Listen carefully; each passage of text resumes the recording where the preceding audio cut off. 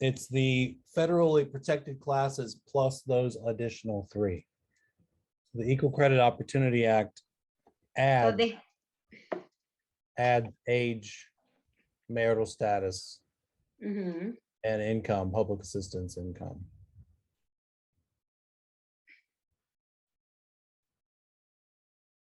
So lenders can't discriminate on the basis of the same things that we can't, plus those additional things. So for in this case, Equal Credit Opportunity Act 1974 have everything, right? Race, color, religion, national, sex, age, marital status, disability, family status, and public assistance income too. Right. That's right. This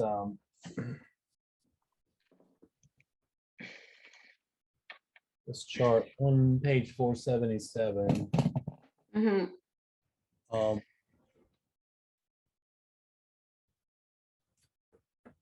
Let's see.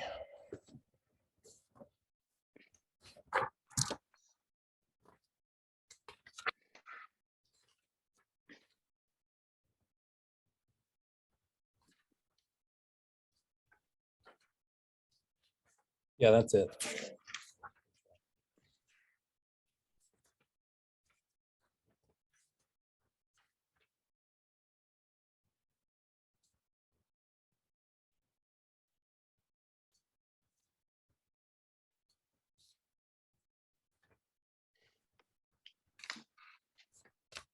What else?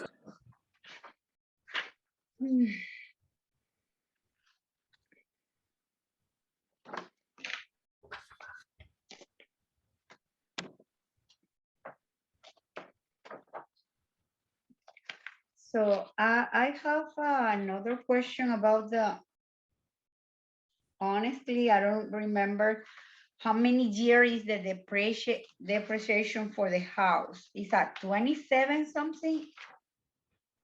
What was that again? Hold on 1 second. 30. I use it this one too, so Oh yeah. I made it this one too. So, but what is the length of time allowed for depreciation of residential property? Appreciation of what? For residential property?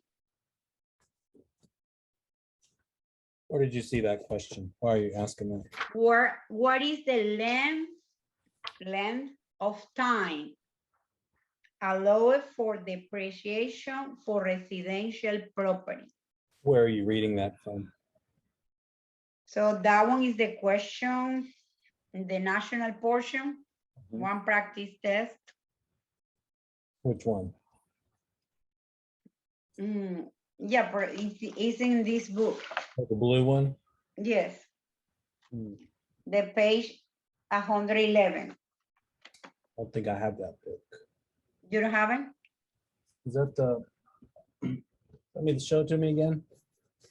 What is the length of time allowed for depreciation for residential property? Show me the book again. The front of it. The front of You it. can see that. Show me the cover of the book so I can see if I have that. No, I don't have that. Did you buy that? The last one edition.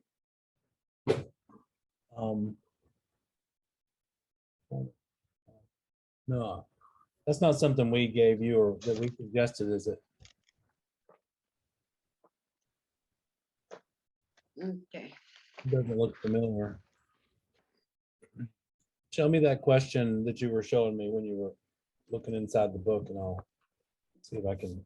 The question is that one, 39. I'll move over a little bit more. Up or down? Over to your left or right, one or the other. My left or my right? Other way, keep going. Other way. Keep going. A little bit more. Keep going, keep going. Keep going. For right side, Perfect, perfect. is Depreciation. at 39. Yeah, okay. Length of time allowed for depreciation. So they have a time for depreciation, the property, residential property? Let me take a look. 1 second.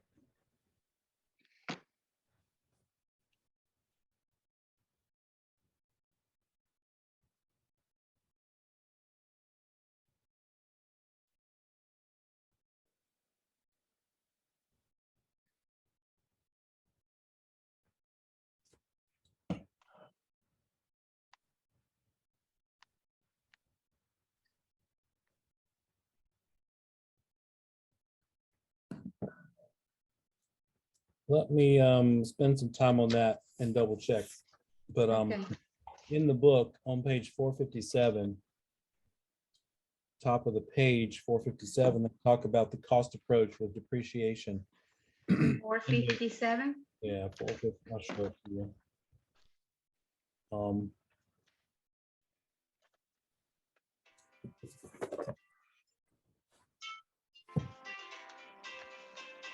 Sorry. This part. I'm The so sorry. example they give is vanished.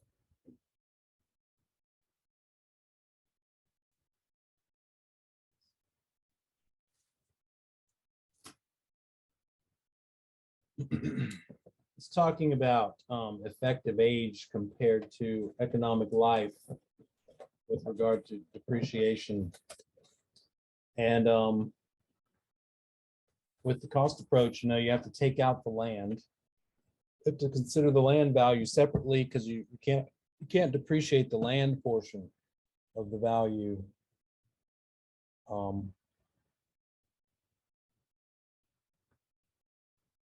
Let's see. So in this book example, it's this one, bottom of the page, $120,000 property may have a land value of $30,000 and an improvement value of $90,000. If the improvements are expected to last for 60 years, the annual straight line depreciation is figured up by taking that improvement value and dividing it by those 60 years. So what they're doing is trying to figure out how much to allow for this idea of depreciation. So this depreciation can be calculated as an annual dollar amount or a percentage of the property's replacement cost. So see what they did here? They said the property is worth $120,000, but land, however many acres that property has, let's just say it's on 1 acre. An acre of land is worth $30,000. So the remaining amount of money is $90,000. So that must be how much the improvements are worth. Improvements meaning the buildings, right? The structures. And so if structures are expected to last for 60 years before they're completely just unusable, then straight line depreciation says the amount to depreciate it by would be $1,500. And you take that by taking the value of the structures, the 90,000, and dividing it by those 60 years that you're expecting it to last. That comes out to the 1,500. So top of the next page, you could also determine a building's effective age by multiplying its economic life by the amount of depreciation it has already suffered. The example here is if the building, because keep in mind, this is the cost approach. So this is about buildings that are usually old, right? Buildings that are unique, schools, churches, government buildings, things like that. If it has suffered 25% depreciation, and that would be based on the appraiser's knowledge of how how much bad shape it's in. Like how bad is it, right? How old is the systems? How old is the heating and air system and the water heater and all that good stuff? 25% depreciation. It has an economic life of 25 years. So if you multiply those two together, 25% of 25 years, that says that its effective age is 6.25 or 6.25 years. Effective age. And remember, the effective age means how it feels, right? Not its chronological age, but it's had some updates, right? So regardless of its actual age, the effective age is considered to be about 6 years because they factored in the depreciation. And so its remaining economic life is 18.75 more years, 18.75, because it's expected to have 25-year life. It's already lived 6 years worth in terms of its age of depreciation. So it leaves the 18. As to how that relates to your question, I still need to think about that, and I'll get back to you on that. This thing right under it we'll cover when we review again, but gross rent multiplier, we didn't get around to that. We talked about the given, the acronym GIVEN. That acronym with the gross income minus the vacancy equals the effective income, and then minus the operating expenses, and then that leaves you to net operating, that whole thing. That's a more advanced, more detailed way to analyze an investment property. But if you're trying to analyze just a plain, simple, like a single family rental property, there's this thing called a gross rent multiplier method. And it's for somebody, again, it's for just very simple properties, like a single family maybe. And if it's sold for $82,000 and every month they get $650 rent, divide them together. Divide the 82 by the 650. That gives a factor, another kind of a factor. It's called a gross rent multiplier. And that's what they're talking about here. It's just a way. So an investor who's specializing in those kinds of properties, as they're looking around for a potential one to buy, they might have a certain gross rent multiplier number in their mind that they want it to match up to. So obviously, that gross rent multiplier of 126.2, that came from dividing 82,000 by 650. 82,000 divided by 650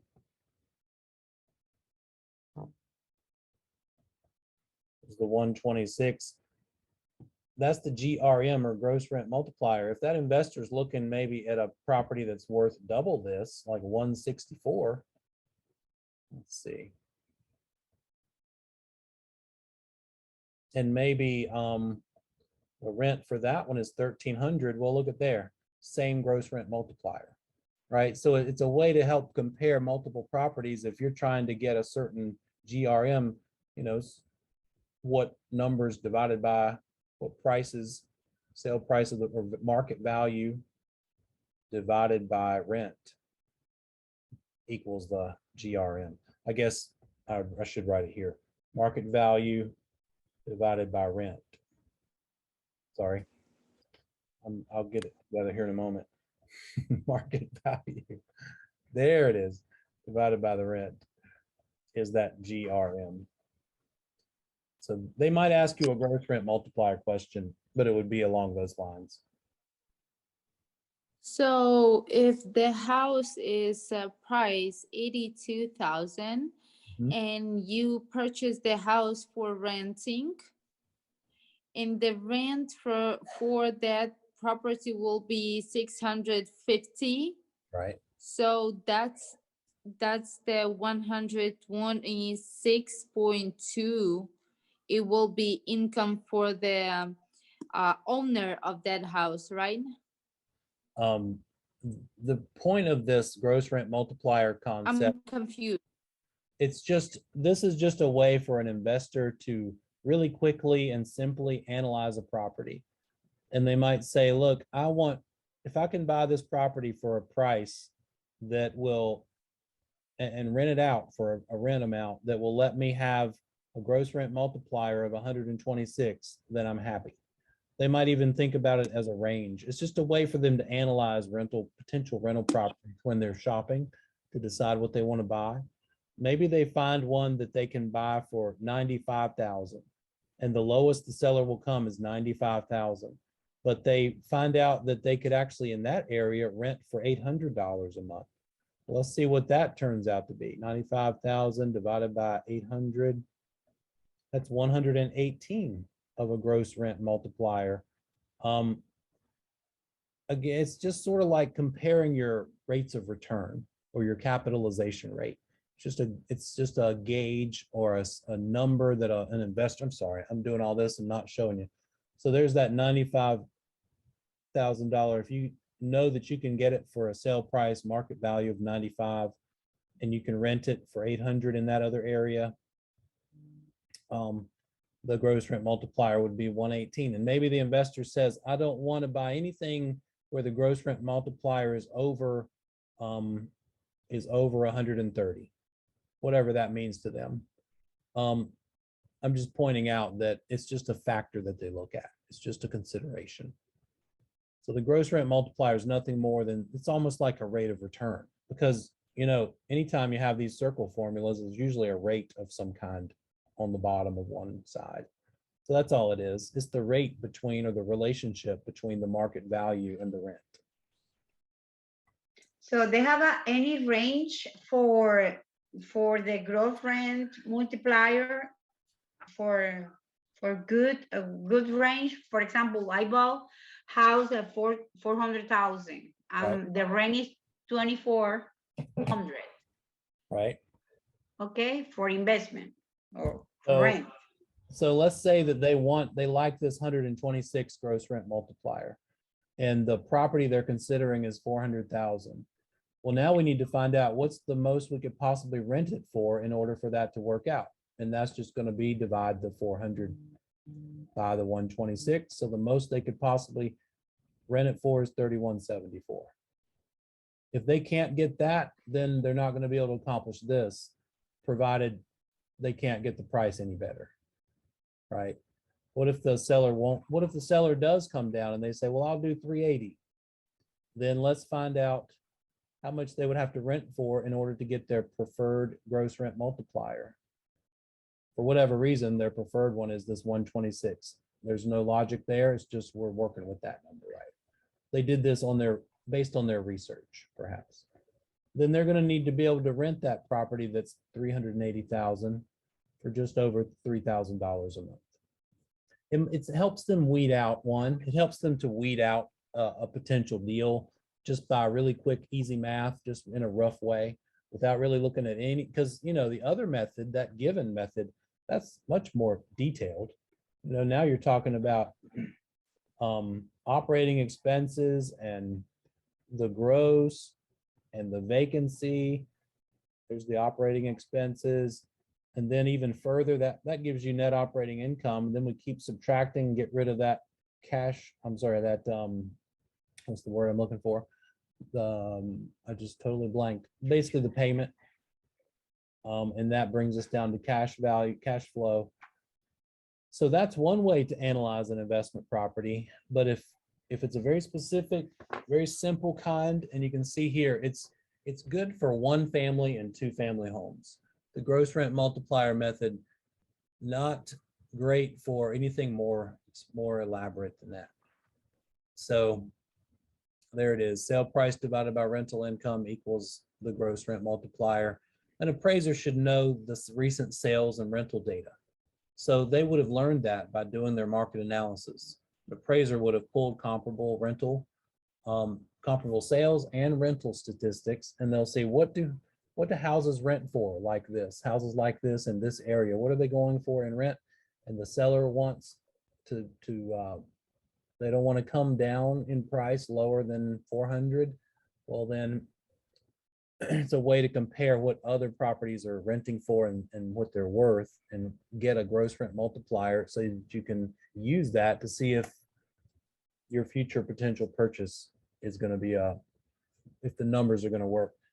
Here's the idea here, what they might be doing. They would check the sale prices of multiple properties they would Uh-huh. also see what the rent is for those, and they would calculate and they see, oh, looks like the gross rent multiplier is anywhere from a range of 141 to 174. And it looks like, why is that one so much higher? Maybe this is an area that's a little nicer. And so maybe it's more of an average of these things. And so for the purpose of analyzing future potential purchases, maybe they stick with around that 143, 144 number. So forget that one, is that we made an average in the all of them this property, or the 1, 2, 3, 4 property? Say it again. Forget it, forget the gross rent multiplier. Uh-huh. For Right. example, the last one, subject, right? Right, In right, the right. subject, I don't have a sale price, only I have a monthly rent. Yes. Yeah, I don't have a GR. So it looks like they averaged it. And the average came out of all those GRMs came out to 151. I bet that's what they did. If we add all the three of those together, what's that? 144, 174, 141, and 145. Yeah, that's the average. They just took the 1, 2, average of 3, those, 4. and that came out to 151, and they multiplied that, Oh, okay. and that told them the most they would want to pay for this property. So the first factor, we need to take average in the GRM, right? We can make the GRM. So Mhm. because we have a monthly rent, and this one, we can get the sale price. Right. Okay, perfect. Yeah, they're just trying to figure out Average. what should it be worth if the rent is this and the average GRM is that. Okay, average. Where is this page, which is you looking for? The page in the book, Yeah, this page, what kind of page is? Because I'm 453. 450. 453. Oh, thank you. You're welcome. Yeah, I see.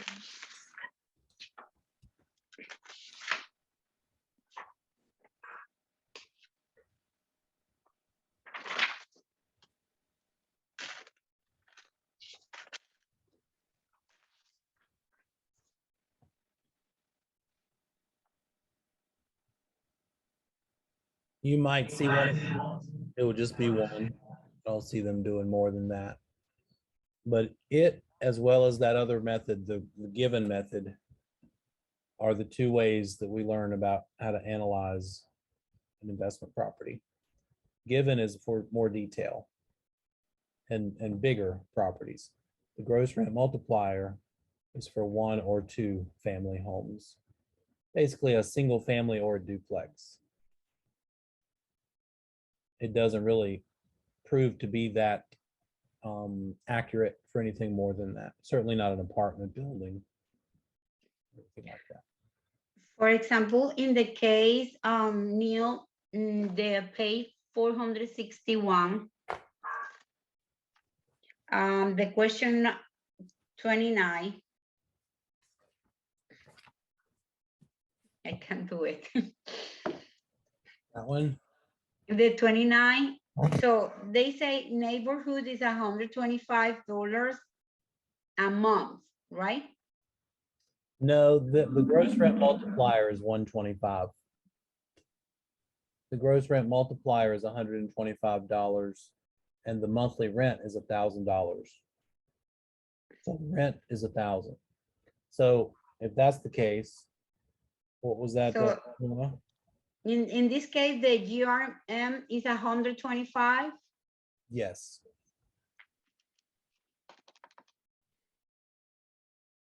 But it's not duplex. It's not for 2,000. That's a good question. Let me think about that. Yeah, good catch. I'll bet that's certainly the trick to that one. Since it's a duplex and they specifically say the rent is $1,000 per unit, then we need to multiply that. Great So job. it's 2,000, right? $2,000. rent. 425, is that, so it's C. Yeah, so 2,000 times would be 125.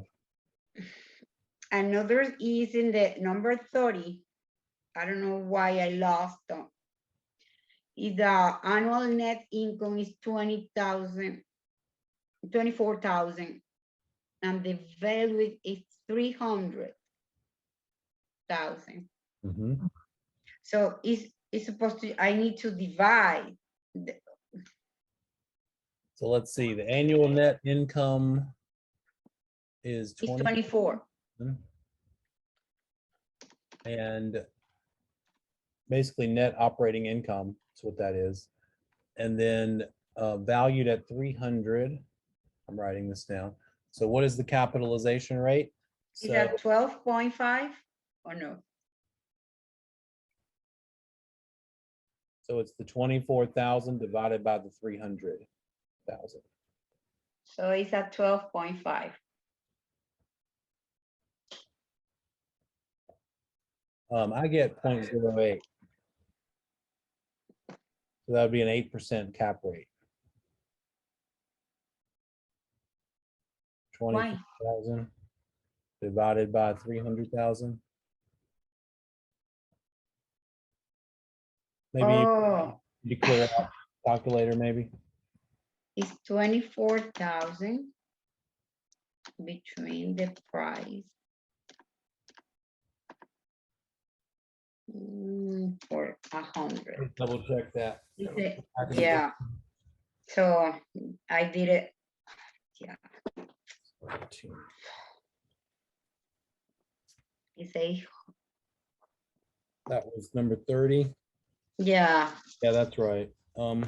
Yeah, I divide 324. So These it's answers back NOE. up.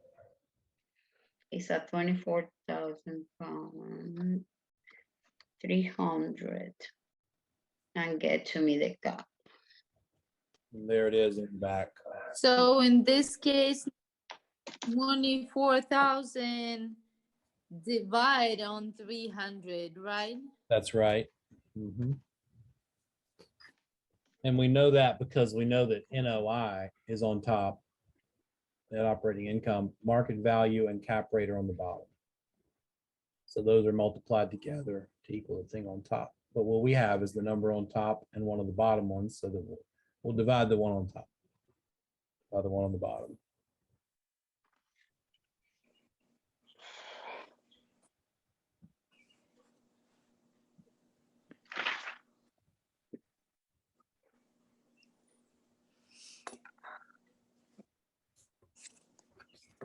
You got it.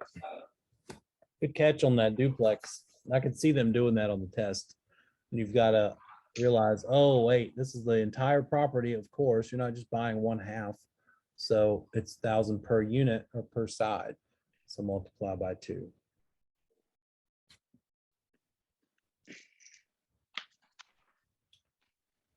What else?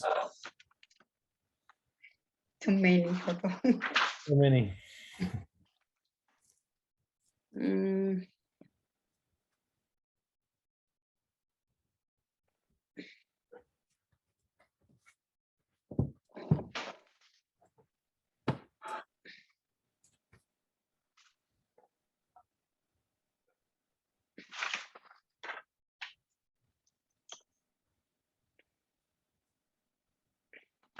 Depreciation.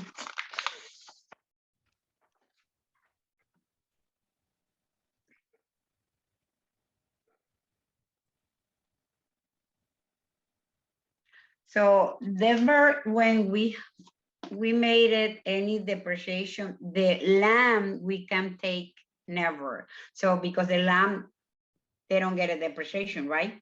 Can't, yeah, you don't depreciate land, right? So always we maintain the same price for the land. You would determine how much of the value of the whole property is the land's value. And you would only do the depreciation of the remainder.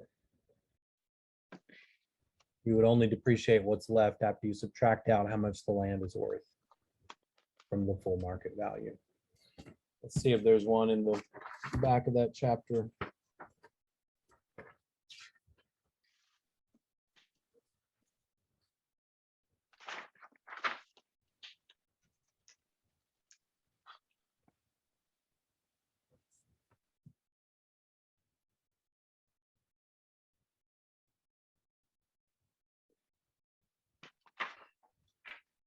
Where can I Neal, find? Sorry, go ahead. Sorry. Go ahead.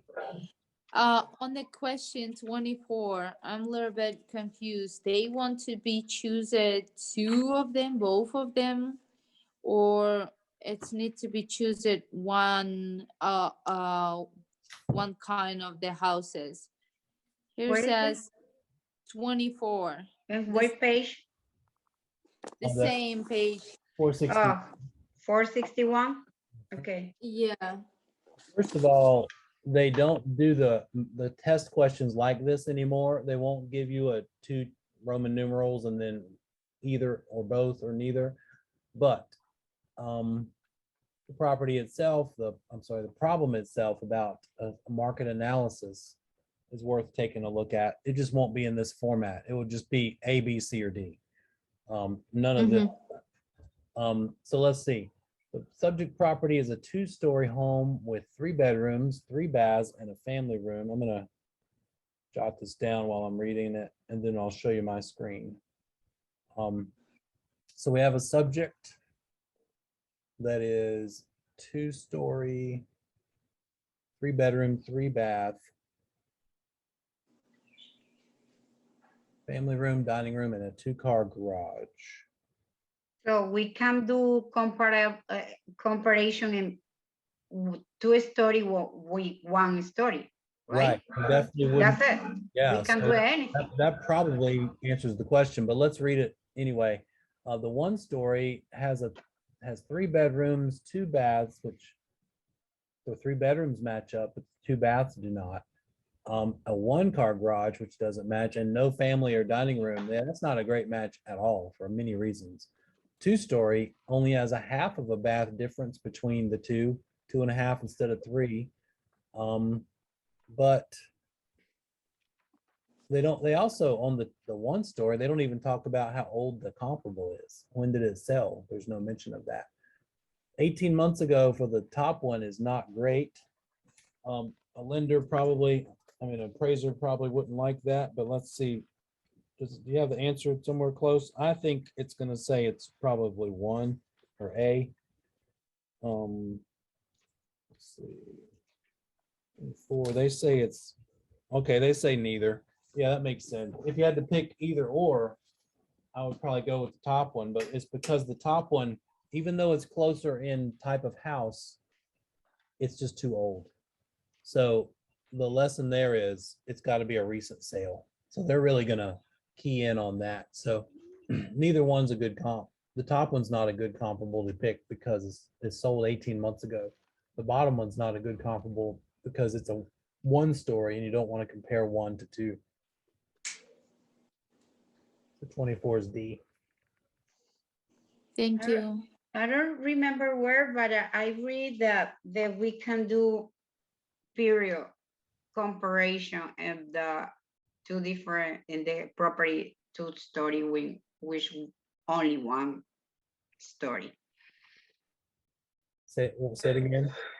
So I don't remember where I read that we can do comparison the property the 2-story and the 1-story. Yeah, you're not supposed to. No, because it's the square foot is different.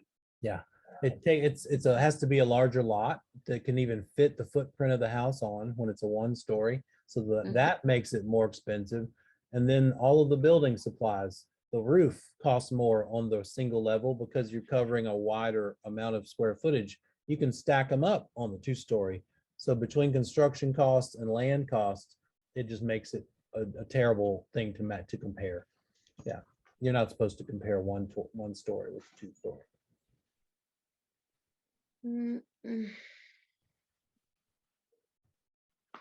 How about the practice questions? Were there any anything from a certain practice exam that you made? Which one? Any of them? Oh yeah, hold on. Because that's probably it's more likely that the test is going to have questions like the practice exams than it will the quizzes out of the back of the book. Yeah, hold on. Yeah, I think so. Yesterday I made it to in the practice one.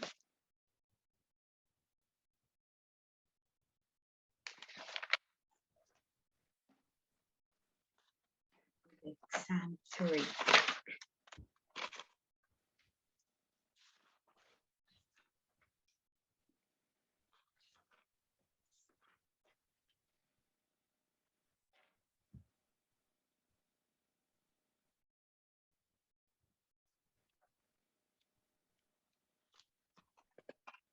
Mm,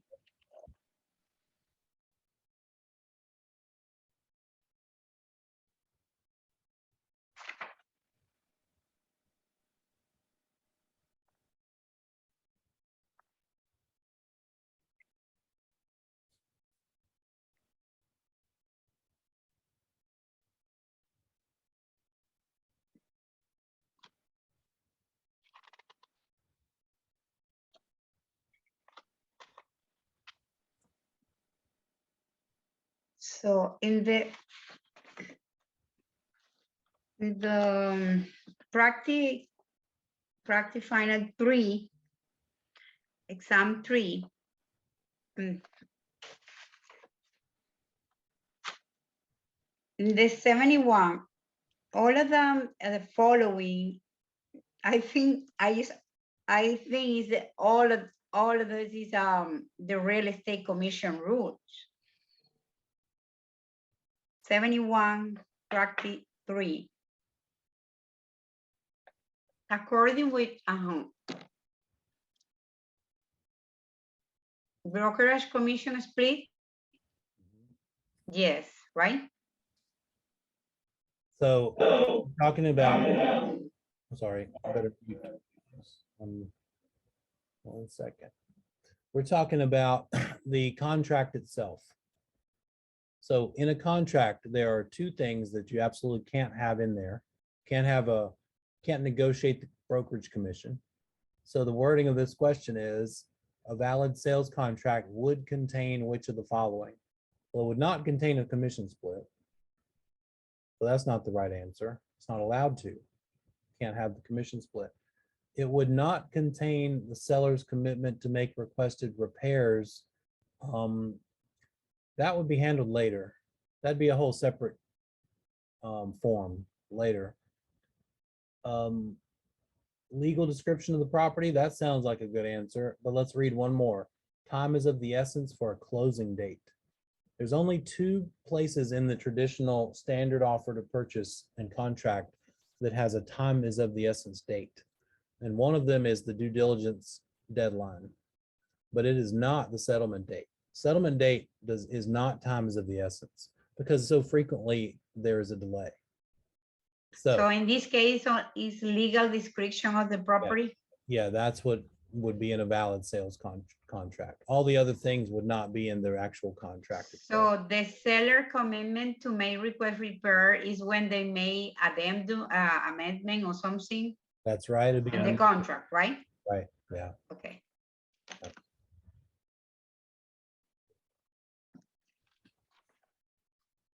I have another one.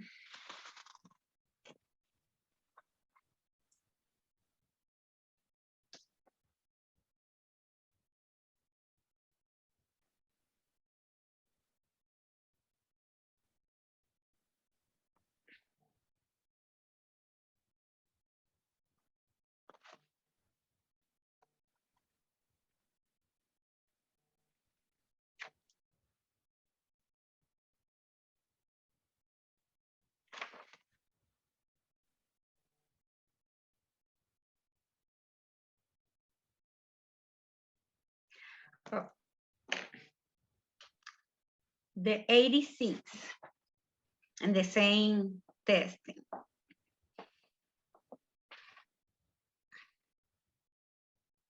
Okay. Say the financial interest in a property held by the owner in excess of lien against the property is leverage. It's D. because it looks like this. So we've got the property, and here's the full value of the property. All right, here's the 100% of the value, whatever the market value is. Let's just say it's 450,000. Well, that property owner gets in trouble, and there's liens on the property. So there's, first of all, maybe a tax lien. And then there's maybe a couple of mechanics liens. And then maybe a special assessment. And the mortgage lien, maybe they owe a little bit still left on their mortgage. And all of those different places have placed a lien on the property. The mortgage lien was a voluntary one. They had to do that to get the loan, right? Well, this amount that's left is what they're, if they were to sell it for 450, all these liens would get paid, and what's left is what the seller walks away with. That's their equity. Equity is what is your money? How much of the value of that property is your money that you would get as profit or as net when the property sells? They would have sold it for 450. They would have even had to pay maybe some commissions. Maybe that would eat into this equity a little bit. But whatever they walk away from the closing with, whatever amount on that check is what's called equity. The other words, let's see. Subordination has to do with putting one lien over another, or under another, making it subordinate to another lien. Leverage is what you use when you borrow money instead of use your own money. You borrow money to buy a property instead of using your own money to buy it. That lets you be able to use more of your money to buy another property because you're also borrowing money from someone else. So that's not it. In hypothecation,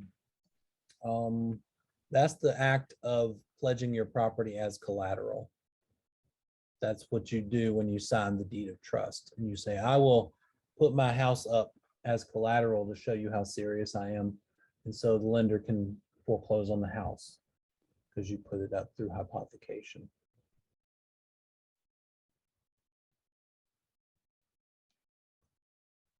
What about 85? The clause in a deed of trust or mortgage that permits the lender to declare the entire unpaid balance of the loan immediately due and payable upon default. If the borrower defaults, which clause is it that says the lender can say, well, you screwed up, you've not paid me on time, therefore I'm calling the entire amount due?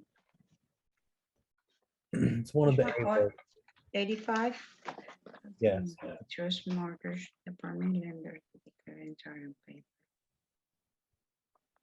It's an answer B. It's one of the A words. It's one of the A choices.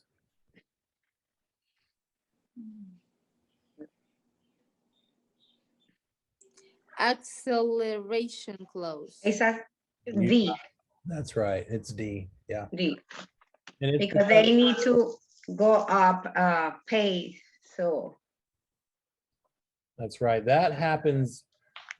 Acceleration clause, you could think of that sort of as a negative situation because that's happening because the borrower is late, right? They've not kept up their end of the bargain. They're late on their payment.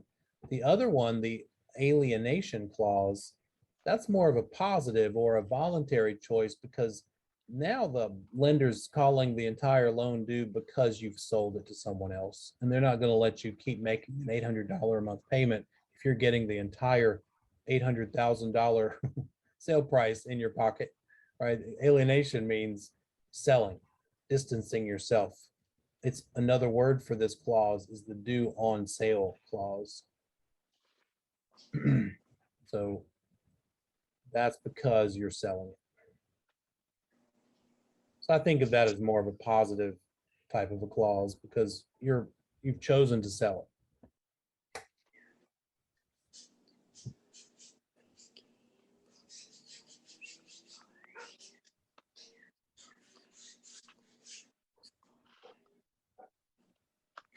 Loan amount expressed as a percentage of the value in the real estate.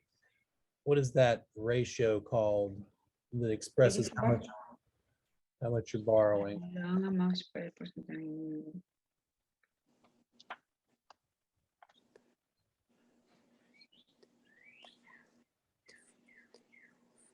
Amortization period. What is the thing that we do if I tell you they're borrowing 80% of the purchase price? That is the what? It's like 3 letters. It is this blank, blank, blank. The loan value period. The loan to value ratio. Yeah. And if this is one of those examples of a question where you could rule out at least 2 of the answers because you know that there's no such thing as an amortization ratio. We didn't learn anything about that. So that's not it. Debt to equity ratio, we didn't do anything about that either. Capitalization rate is an actual thing that we learned about, but that has to do with investment or income property. And they're not talking or mentioning or asking about specifically income property. So loan to value ratio. The loan amount compared to the value, the amount of the value. It's expressed as a ratio, as a percentage. The 90% loan to value ratio means you're borrowing 90% of the value and you're putting 10% of the value as a down payment of your own money. So your equity in that property on the day of closing would be 10% of the value, right? That's your equity. That's your money that you pulled out of your bank to put down on the property as a down payment, so that all you're borrowing from the lender is the 90%. So this is the case where how much you put for down payment, or where is the amount you borrow? That's right. 90 to 10. Yeah, it's Okay. like a reciprocal arrangement, right? Your down Okay. payment is the opposite of what you're borrowing. And those Yeah. 2 things together equal the full sale price. Mhm. Yeah, that one is fine. 83. Mm,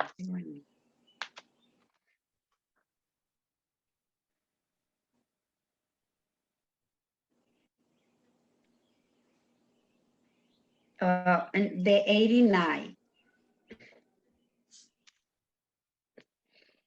Correct term used when a borrower offers the property as security for payment of a loan. Well, we saw this word in a couple of questions ago when we were just looking at that other question. Which H word is it that we just looked at? So I answer if number C, I put Hypothecation. application because I have this application on the property. So Yeah, that's it. That's the right answer. When the borrower is putting their property up as collateral to back up the loan so that the lender can feel confident to loan them the money, because the lender knows, well, worst case scenario, I get the property.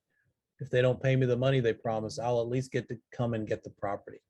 Hereditaments, that's an actual word we learned, but that's not what we're doing here. Homesteading, the thing we learned about that was the homestead exemption. Heterogeneity, we might have learned something about that, but hypothecation is what we're looking for.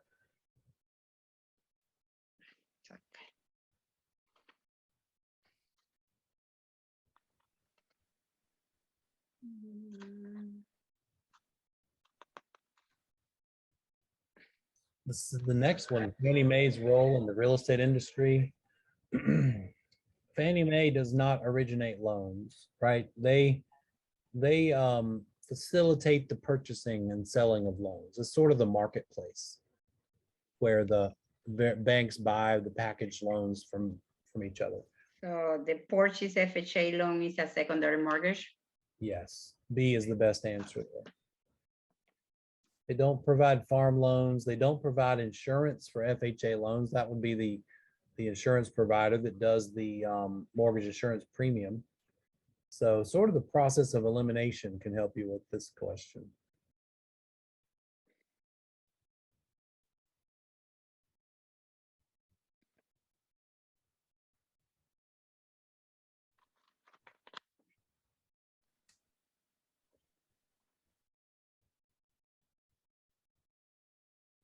In 91, good question, an FHA insured mortgage loan would be obtained from who? That's easy to fall for, because you're thinking if it's an FHA loan, you're getting it from the FHA, but you're not. They don't make the loan. They're not originating it. They insure the loan, but who is making it, or where do you get it from? You're getting it from whoever the lenders are, a qualified lender. So So that's- it's a qualified lending institution. Yeah, So is the FHAs is they can get any lending, that's right. right? That's right. Mhm. Yep.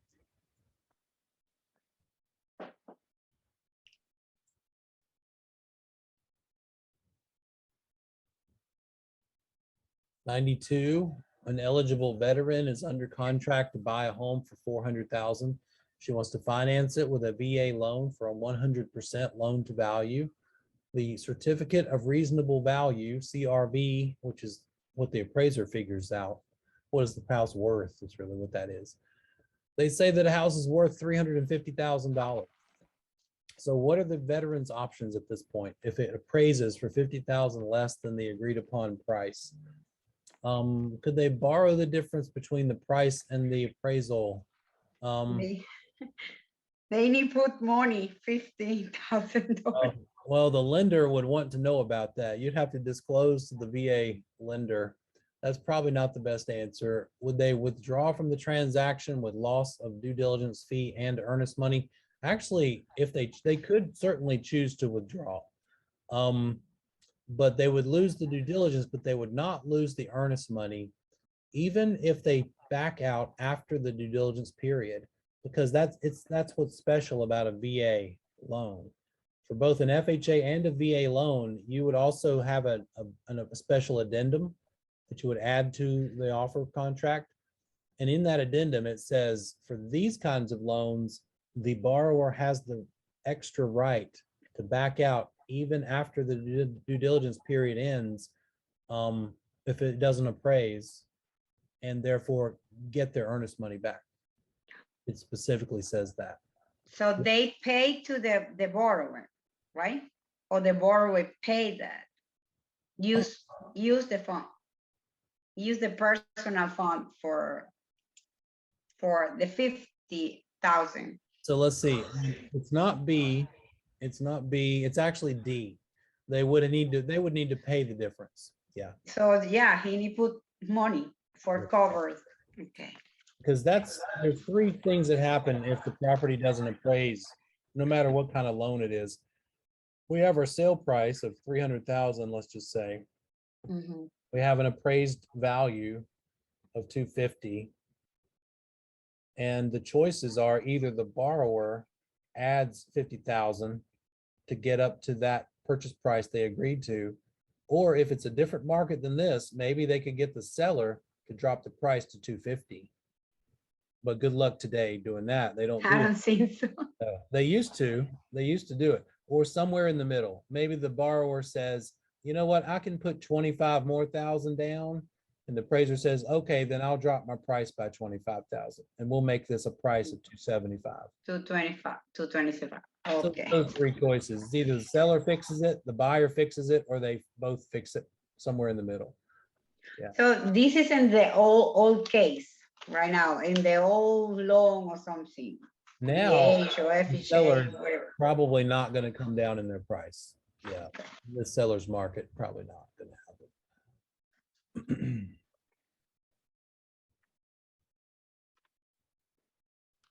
Chief disclosure that's required to comply with the Truth in Lending Act. Truth in Lending is all about the terms of the loan. How much are you borrowing? How much is your payment? How many payments are there? Which So, one? 93? 93, yeah. So it's A, 93 is A, because that's the point of the Truth in Lending Act, is to make sure the borrower has a clear understanding of what they're expected to pay. Total number amount of pay.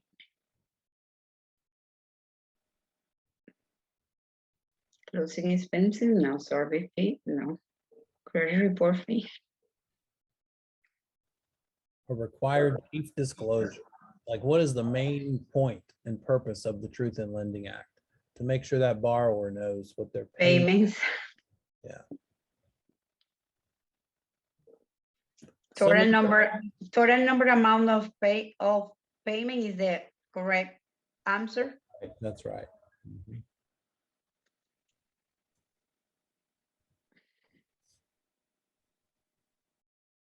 What about this next one? Which of the following terms may appear in an advertisement for a real estate loan without triggering Regulation Z? So which of the following is not a trigger term? It's another way that you could ask this. Remember, trigger terms all have to do with how much the borrower's paying. So it's going to be an interest rate, a payment amount. It'd be great to advertise that you could own this house for $500 a month, but you also have to tell them that that is only possible at an interest rate of 1% with 14 discount points. You know, you got to tell them all of the other trigger terms too. So which of the following? The first one is definitely a payment related item. So that would not, that would trigger Regulation Z. And so the question is saying which one is not a trigger term? I think the answer is C. No, homeowner association. Yeah, it's homeowner association because that the other can- items have more directly to do with the payment. Interest rate definitely affects the payment. The 325 HOA fees, yes, you have to pay the HOA fees, but they're not directly related to the house payment. Like PITI, principal, interest, taxes, and insurance.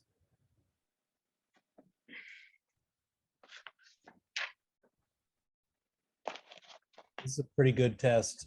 It's got some decent questions here. Yes, good. The developer has a mortgage loan for the entire property project. When a lot was sold to a buyer, the developer was able to deliver title to that lot free of the mortgage lien by using a partial release. So what type of loan did the developer have?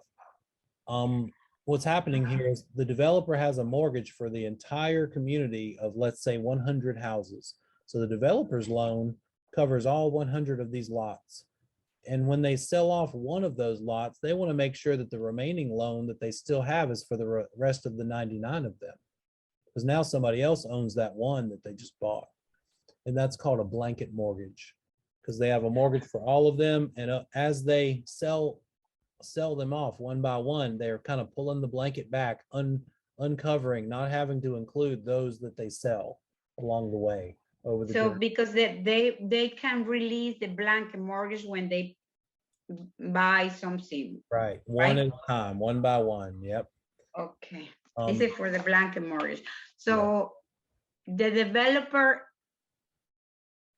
regularly they get it is a blanket mortgage right. because they need release. Okay. Yes. A construction mortgage is not the right answer because that's for like one person who wants to. I may land my house, for example.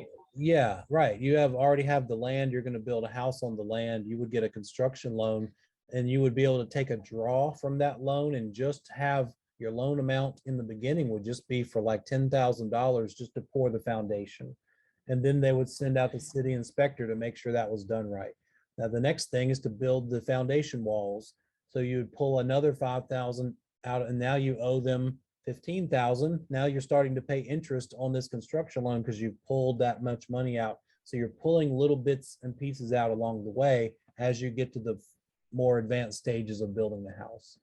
So another thing is the developer includes too much utilities, too many things. It's not the same, the construction. They need put all of them. Developer. They made one community, for example. Right.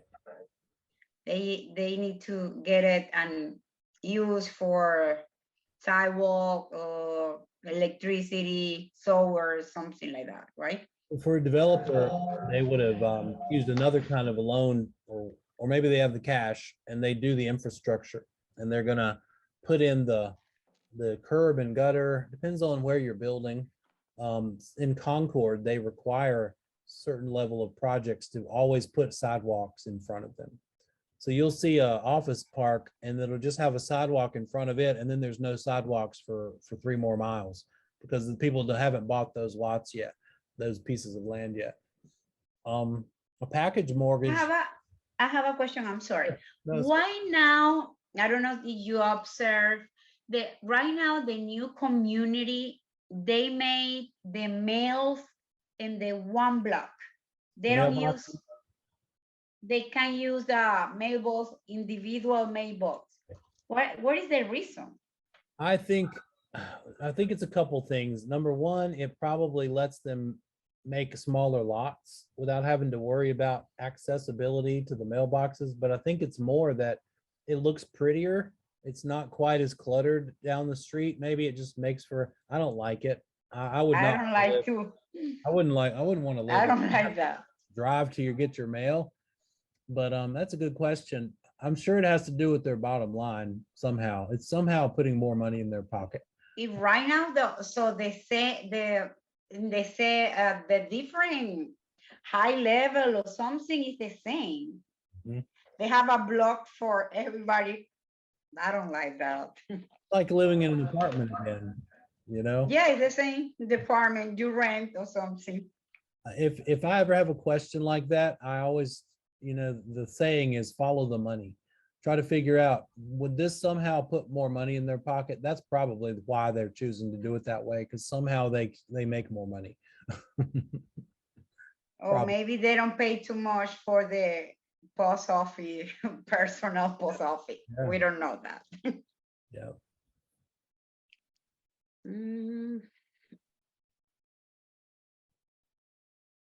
Yes, pre-level branches. Okay, this is.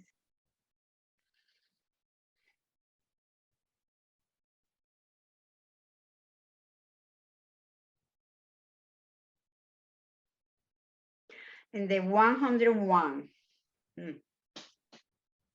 I broke.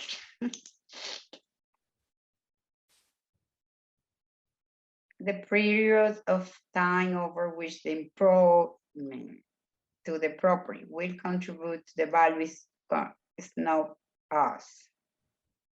What's your guess? Me,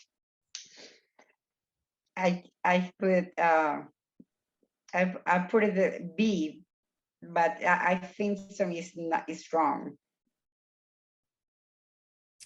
Think about it this way. The definition of economic life is all about, it could be 100-year-old property, but its economic life is only 6 years because they put a new roof on it, new water heater, new heating and air system, new paint and carpet. So it's like a completely renovated house. It's a historic house that has been renovated.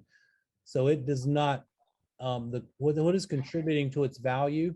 All of those upgrades, right? So when those upgrades and improvements and updates contribute to the value, that is called economic life.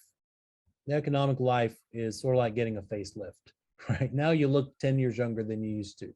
You might actually be 40, but you look 30. Well, that's the idea anyway. It's usually not how it works for plastic surgery, right? But yeah, it's D. Economic life. That one is economic life. I need to read.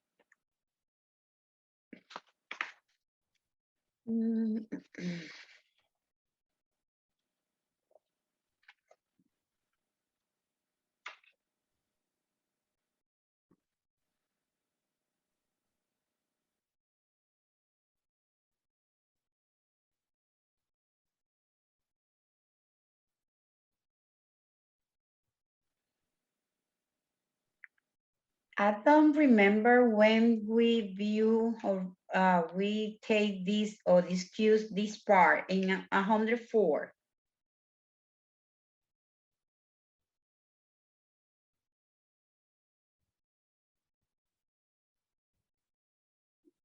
For the annual income tax return. Mhm. I don't remember. They hear about it. We haven't gotten, that's one of the chapters that we're going to do tomorrow night. Tax is one of the ones. Oh yeah, this is for the reason I say, I don't know. But D, it's D. Mortgage interest on a second home is a deductible item.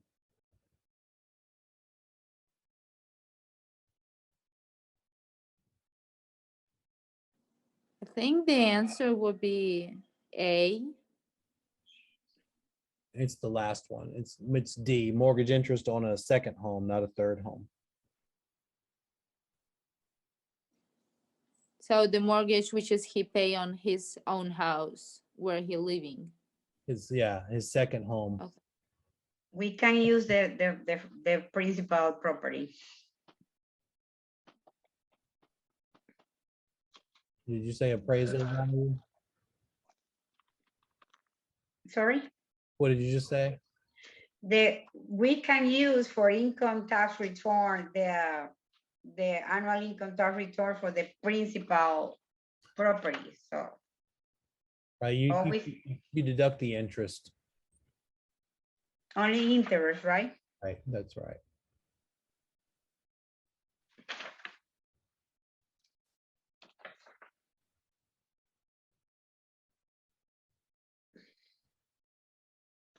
And then, well, I made it the 5-1.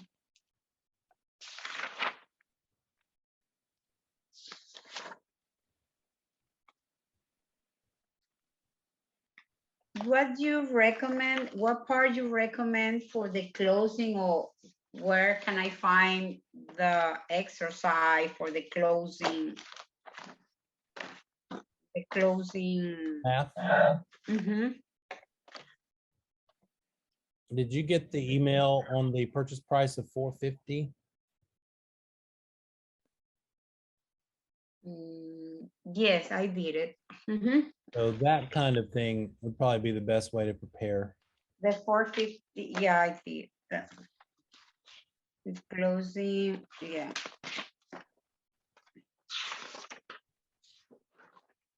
Yes, I did it, this one. This is when I made for yesterday, the question is that the loan factor is divided in 1,000 or the value is Right. divided in 1,000. Yeah, I did it. So, Are there any individual calculations that you're still confused about?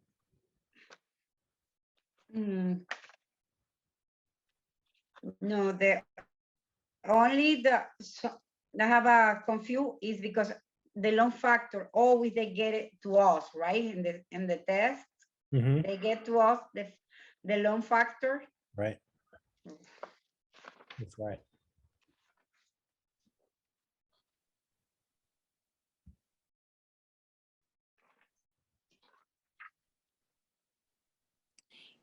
Neil, Yes.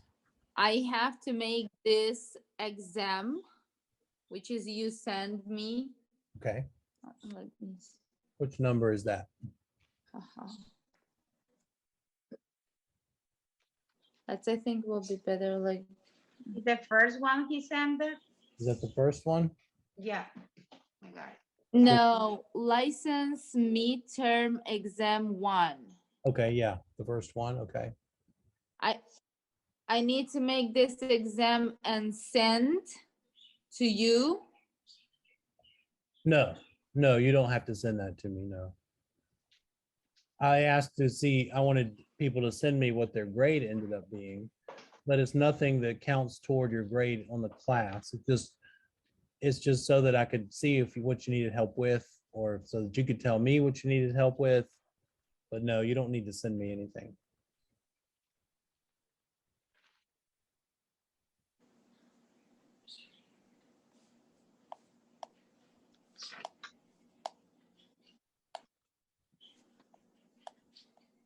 Are there any questions on the midterm that,